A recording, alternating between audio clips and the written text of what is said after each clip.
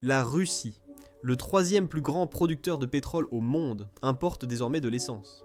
Tout cela grâce aux sanctions de l'Ukraine. Depuis environ 2 mois, l'Ukraine cible ses raffineries avec des drones longue portée. Le président Zelensky a qualifié les frappes contre les raffineries et les dépôts de pétrole de sanctions les plus efficaces. En conséquence, des pénuries de carburant et des hausses de prix ont touché certaines régions, ajoutant une pression sur le budget du Kremlin. Les raffineries russes vieillissantes, les sanctions, le blocage d'équipements étrangers et les attaques de drones ukrainiens ont anéanti la capacité de la Russie à produire son carburant. Il est difficile d'imaginer qu'un pays assis sur des océans de pétrole puisse un jour se retrouver avec des stations-service à sec. C'est exactement ce qui se passe. Les Russes doivent maintenant payer jusqu'à 50% de plus pour l'essence. Et même dans ce cas, ils croisent les doigts en espérant que leur station locale n'est pas encore à sec. Mais comment est-ce possible qu'un pays comme la Russie, une superpuissance pétrolière, se retrouve soudainement à court d'essence? Extraire du pétrole brut et le transformer en carburant utilisable comme l'essence ou le diesel sont deux choses différentes. Lorsque le pétrole est d'abord extrait, c'est essentiellement un mélange brut d'hydrocarbures, un liquide épais et inutilisable. Avant d'alimenter une voiture ou un avion, il doit passer par des raffineries spécialisées. Aux États-Unis, un baril standard de 42 gallons donne environ 19 à 20 gallons d'essence, 11 à 13 de diesel et 3 à 4 de kérosène. Environ la moitié du baril sert aux voitures, un quart aux camions et générateurs, le reste à l'aviation et autres usages. Voilà comment fonctionne le pétrole brut, peu importe si la Russie en produit bien plus que les autres. Leurs raffineries ont une capacité quotidienne limitée de traitement du pétrole. Le vrai problème pour la Russie n'est pas le manque de capacité de raffinage, mais la concentration de celle-ci dans quelques grandes usines, ce qui en fait une cible idéale. Et l'Ukraine sait exactement comment frapper là où ça fait mal. Pour mettre cela en perspective, la Russie compte environ 30 grandes raffineries, la plupart regroupées dans les régions densément peuplées de l'ouest du pays, ou placées stratégiquement le long des principales routes d'exportation. Ces usines sont alimentées par d'énormes oléoducs transportant du pétrole brut sur des milliers de kilomètres depuis la Sibérie. Le mois dernier, près de 38% de la capacité de raffinage russe, soit environ 338 000 tonnes par jour, était à l'arrêt. C'était le taux d'arrêt le plus élevé, dépassant le record précédent de 23% en août. Cet effondrement a causé une pénurie de 40 000 tonnes de carburant par mois, soit un cinquième de la consommation nationale. Donc, oui, la Russie a peut-être des réserves énormes de pétrole brut, et c'est vrai que leurs chiffres d'exportation peuvent sembler incroyablement élevés, mais tout cela ne compte pas si les Russes ordinaires ne peuvent même pas faire le plein de leurs voitures. Les stations-service là sont à sec. Ce n'est pas parce que la Russie manque de pétrole, mais simplement parce qu'il ne lui reste plus assez de raffineries en état de marche pour transformer ce pétrole en quelque chose d'à peu près utile. L'Ukraine sait exactement à quel point la Russie dépend du pétrole, Rodobkon, et elle sait aussi qu'affronter de front l'énorme armée russe serait suicidaire. Peu importe à quel point les tactiques russes peuvent sembler maladroites ou dépassées, l'Ukraine n'a tout simplement pas assez de soldats ni de puissance de feu pour gagner dans une bataille directe et traditionnelle. Alors ils se sont adaptés. Depuis début 2024, l'Ukraine cible aussi raffineries et dépôts de carburant russes, essentiels à leur effort de guerre, au lieu de viser seulement chars et bases militaires. En 2024, les forces ukrainiennes ont mené au moins 81 attaques contre des raffineries, dépôts de carburant et infrastructures en Russie, Crimée et territoires ukrainiens occupés. Et la campagne s'est encore intensifiée cette année, avec 21 des 38 principales raffineries de Russie qui ont subi des frappes directes. En comparaison, la Russie peut théoriquement raffiner 327 millions de tonnes de pétrole brut par an, soit 65 millions de barils par jour. Mais les 16 raffineries touchées rien qu'en août et septembre 2025 représentaient environ 123 millions de tonnes de capacité annuelle, soit 38% de toute la capacité de raffinage de la Russie. Oui, près de 40% envolés, et il faudra des mois avant que ces installations soient à nouveau opérationnelles. Le 5 septembre, des drones ukrainiens ont attaqué la grande raffinerie Rosneft à Ryazan, l'une des 5 plus importantes de Russie, à 200 km au sud-est de Moscou. Cette raffinerie produit près de 18 millions de tonnes de carburant par an, alimentant en essence et diesel la région de la capitale et le centre de la Russie. Peu après, l'Ukraine a attaqué la raffinerie de Novokubichevsk à Samada. Cette raffinerie est essentielle, car elle transforme le pétrole sibérien en produits raffinés, distribués dans le sud de la Russie. La perte de Novokubichevsk a perturbé l'approvisionnement, en carburant localement, et dans de nombreuses régions du sud et du centre dépendantes de sa production. Quelques jours après, la raffinerie d'Ostrakhan, près de la mer Caspienne et des routes d'exportation, a aussi été attaquée, stoppant un autre site clé qui alimentait en carburant le sud de la Russie. Le 14 septembre, un drone a été intercepté au-dessus de la raffinerie Karichi près de Saint-Pétersbourg. Au lieu de protéger l'usine, l'épave est tombée sur l'installation, provoquant un incendie massif. Karichi est la deuxième plus grande raffinerie de Russie. Elle traite environ 20 millions de tonnes de pétrole par an, fournissant du carburant essentiel au nord-ouest de la Russie, et exportant aussi des produits raffinés. Et seulement quelques heures après avoir commencé à écrire ce script, l'Ukraine a de nouveau frappé la même installation. L'attaque de septembre avait déjà divisé par 2 la production de la raffinerie. Ce nouveau coup pourrait l'arrêter totalement. Chaque frappe réussie réduisait encore la production de carburant russe. La baisse de production d'essence et de diesel a plongé Poutine dans une situation inattendue. Il doit maintenant exploiter au maximum les vieilles raffineries, les poussant au-delà de leurs limites de sécurité. La maintenance est sans cesse reportée, les pannes inévitables et les accidents imminents. Parfois, même les camions citernes d'urgence traversant la Russie ont été ciblés par des drones ukrainiens. La campagne de drones ukrainienne est très avancée, sophistiquée et d'une stratégie redoutable. Le haut commandement de Kiev a confirmé à la mi-août qu'environ 42% de leurs frappes de drones longue portée depuis janvier visaient les raffineries de pétrole russes. En plus des frappes sur Vryazan et Kirichi, les drones ukrainiens ont aussi gravement endommagé des usines clés à Saratov, Samada, Volgorod et Astrakhan. Rien qu'en août, la capacité de production d'essence et de diesel a chuté de 6%, et en septembre, elle a encore plongé de 18% supplémentaires. Fin septembre, les drones ukrainiens avaient en détruit environ un quart de la capacité de raffinage russe. Cela représente environ 236 000 tonnes de carburant perdu par jour. En fait, 4 des 5 plus grandes raffineries de Russie sont actuellement hors service. Mais le cauchemar de la Russie ne s'arrête pas seulement aux dégâts eux-mêmes. Réparer ces installations essentielles est plus complexe que de combler des trous ou remplacer des pièces. Les sanctions occidentales ont supprimé l'accès des raffineries russes aux catalyseurs spécialisés, logiciels avancés et équipements de sécurité essentiels. Pendant des décennies, des leaders comme UOP et ABB ont fourni à la Russie la technologie nécessaire pour faire fonctionner ses principales raffineries. Mais depuis l'invasion, ils ont complètement arrêté les livraisons. Essayer de se procurer ces pièces spécialisées par d'autres pays n'a pas vraiment fonctionné non plus. C'est comme réparer une voiture allemande de luxe avec des pièces d'une vieille échelle soviétique. Des réparations qui duraient des semaines prennent désormais des mois, parfois un an. Et plus cette guerre s'éternise, plus il y a de chances que ces raffineries ne retrouvent jamais leur capacité d'origine. Actuellement, 70% des arrêts de production d'essence en Russie sont dus aux frappes de drones et aux sanctions sévères. D'autres usines doivent compenser en dépassant les limites de sécurité, ce qui accroît fortement le risque d'accident. Les incendies récents, à la raffinerie de Yaroslavl et à la station Sokoldana, illustrent la fragilité du réseau de carburant russe. En plus de tous ces problèmes, il y a un autre problème critique qui aggrave encore la situation. Les propriétaires de stations-service ferment tout simplement leurs stations.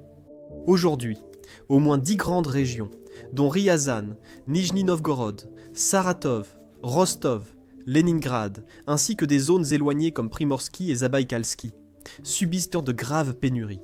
Dans de nombreux endroits, les livraisons de carburant se sont complètement arrêtées. Les stations ouvertes ont imposé des restrictions, interdisant le remplissage de bidons et demandant souvent une autorisation locale même pour de petits achats. Les automobilistes russes font la queue sur des kilomètres pour avoir assez d'essence afin d'atteindre la prochaine station, espérant qu'elle ne soit pas vide. La situation est encore pire dans l'extrême-orient russe, où les gouvernements régionaux ont été contraints d'introduire un système de rationnement par coupon, simplement pour distribuer les faibles réserves de carburant. La Crimée est sans doute la plus touchée. Plus de la moitié des stations-service sont fermées depuis des semaines pour des raisons économiques. Le prix de gros du carburant qu'ils reçoivent est généralement supérieur au prix de détail qu'ils sont légalement autorisés à pratiquer. Qui voudrait gérer une entreprise dans ces conditions ? Couper les pompes est clairement moins cher et plus simple. Pour ceux qui ont le courage ou le désespoir de rester ouverts, gérer une station-service est devenu un cauchemar logistique. Les livraisons de camions-citernes sont souvent retardées de 2 ou 3 mois, et les propriétaires de stations doivent payer le plein tarif à l'avance pour que le carburant soit expédié, ce qui épuise complètement leur fonds de roulement. Le pire, c'est que si un drone ukrainien touche un camion-citerne, le propriétaire de la station subit toute la perte. Avec des marges faibles et de forts enjeux, Au moins 300 détaillants indépendants de carburant ont fermé en Russie depuis mai.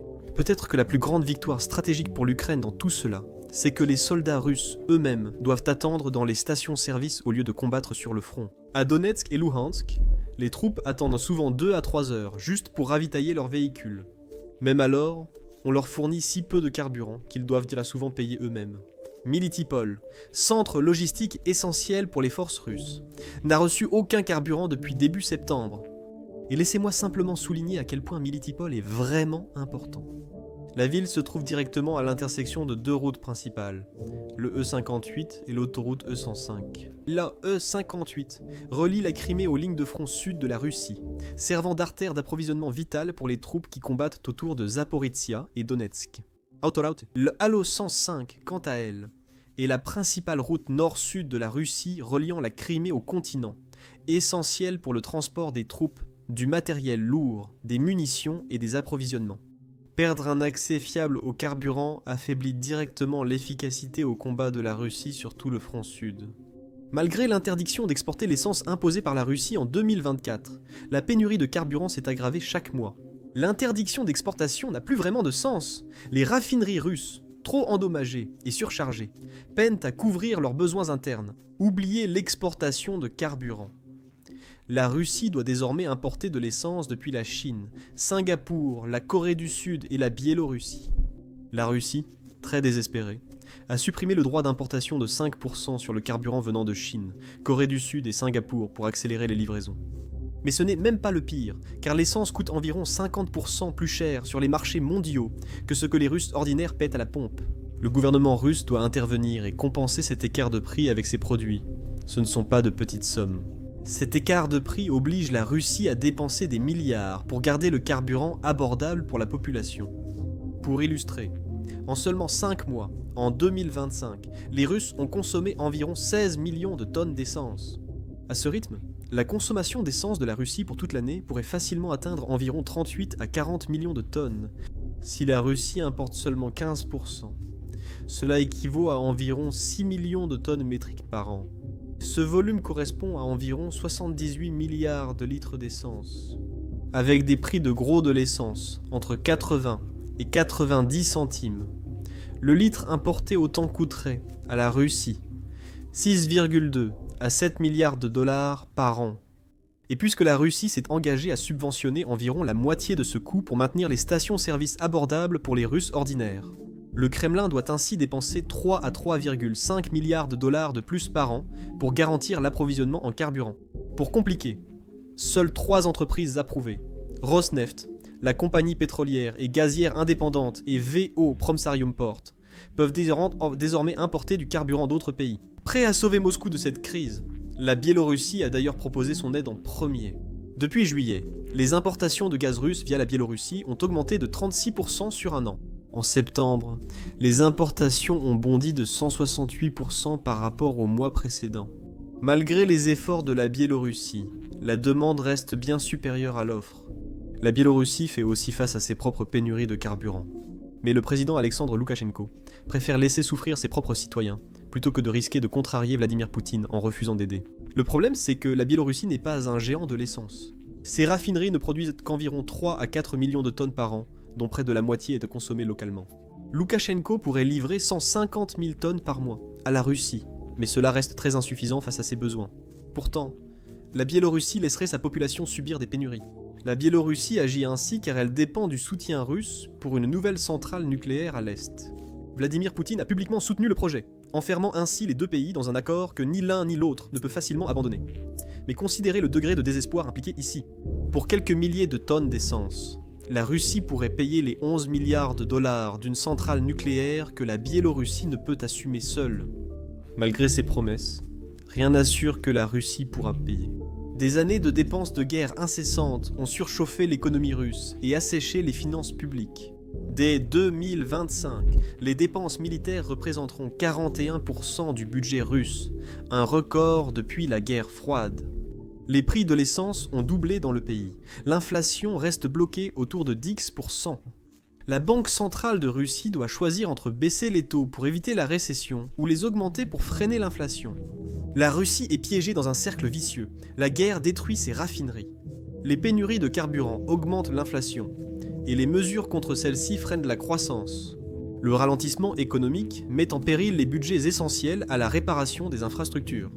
Au-delà des statistiques et débats politiques, cette crise de l'essence affecte durement les Russes ordinaires, personnellement. Imaginez perdre des heures chaque semaine dans des files d'attente aux stations-service, incertains d'obtenir assez de carburant pour rentrer ou aller travailler. Les chauffeurs de taxi regardent impuissants leurs revenus diminuer de jour en jour, tandis que les prix de l'essence au marché noir s'envolent au-delà de ce que la plupart peuvent se permettre. À la campagne, les familles craignent que le rationnement du carburant les empêche de chauffer leur maison en hiver. Les agriculteurs craignent qu'un manque de carburant empêche l'utilisation des machines agricoles, menaçant la production alimentaire, dans un pays déjà touché par l'inflation et l'incertitude économique. Chacun de ces problèmes aggrave une économie déjà sous pression, rapprochant la Russie d'un point de rupture. L'Ukraine pourrait enfin réussir ce qu'elle n'a pas pu faire ces 3 dernières années, retourner l'opinion publique russe contre sa direction. Plutôt que des attaques controversées sur des cibles civiles, la stratégie de l'Ukraine ciblant l'infrastructure pétrolière russe commence à porter ses fruits. De façon spectaculaire, le ressentiment du public déborde lentement mais sûrement.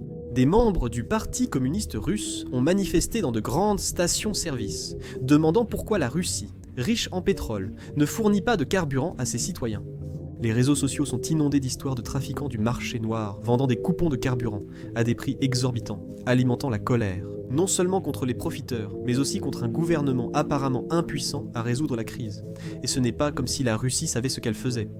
Depuis la chute de l'Union soviétique dans les années 1990, la Russie n'a pas importé d'importantes quantités d'essence. La plupart des Russes n'avaient jamais connu une telle crise, censée être révolue depuis des décennies. Ainsi, importer entraînera de nouveaux problèmes et sanctions. En plus des attaques de drones ukrainiens, les sanctions occidentales ont eu un impact aussi fort sur la crise du carburant. D'un côté, l'Ukraine détruit toutes les infrastructures qui fonctionnent encore, et de l'autre, les sanctions empêchent réellement la Russie de recoller les morceaux. Prenez le Venezuela, par exemple. Malgré le fait qu'il possède les plus grandes réserves prouvées de pétrole au monde, le pays a connu des pénuries d'essence paralysantes, parce que la mauvaise gestion et les sanctions internationales ont rendu les réparations des raffineries presque impossibles. Même l'Iran, un autre pays riche en pétrole, a parfois dû importer de l'essence malgré l'exportation de quantités massives de pétrole brut. Les sanctions ne sont pas de simples inconvénients, elles peuvent paralyser des systèmes énergétiques entiers. Rendons à César ce qui est à César. Le gouvernement de Poutine a plafonné les prix de détail, malgré le risque de fortes pertes, peut-être par crainte. Il a tiré des leçons des voisins de la Russie, le Kazakhstan, où en janvier 2022, une flambée soudaine des prix du gaz de pétrole liquéfié a déclenché des manifestations dans tout le pays. Des manifestations ont éclaté, des bâtiments incendiés, les forces de sécurité ont tiré sur la foule, nécessitant l'intervention des troupes russes pour rétablir l'ordre. Poutine sait que les pénuries de carburant peuvent provoquer des crises et veut à tout prix éviter cela en Russie. Pourtant, tant que cette guerre se prolonge et que l'Ukraine conserve sa capacité à frapper en profondeur sur le territoire russe, le cycle des destructions risque de dépasser la capacité de la Russie à réparer. Des analystes estiment que l'Ukraine fabrique des drones plus vite que la Russie ne répare ses raffineries. Même si la Russie parvient à reconstruire ou diversifier ses chaînes d'approvisionnement en carburant, son image est déjà ternie. Pour les Russes ordinaires, la lutte quotidienne dans les stations-service est un rappel constant de la façon dont cette guerre a transformé de manière désastreuse les plus grandes forces de leur pays en ses vulnérabilités les plus flagrantes.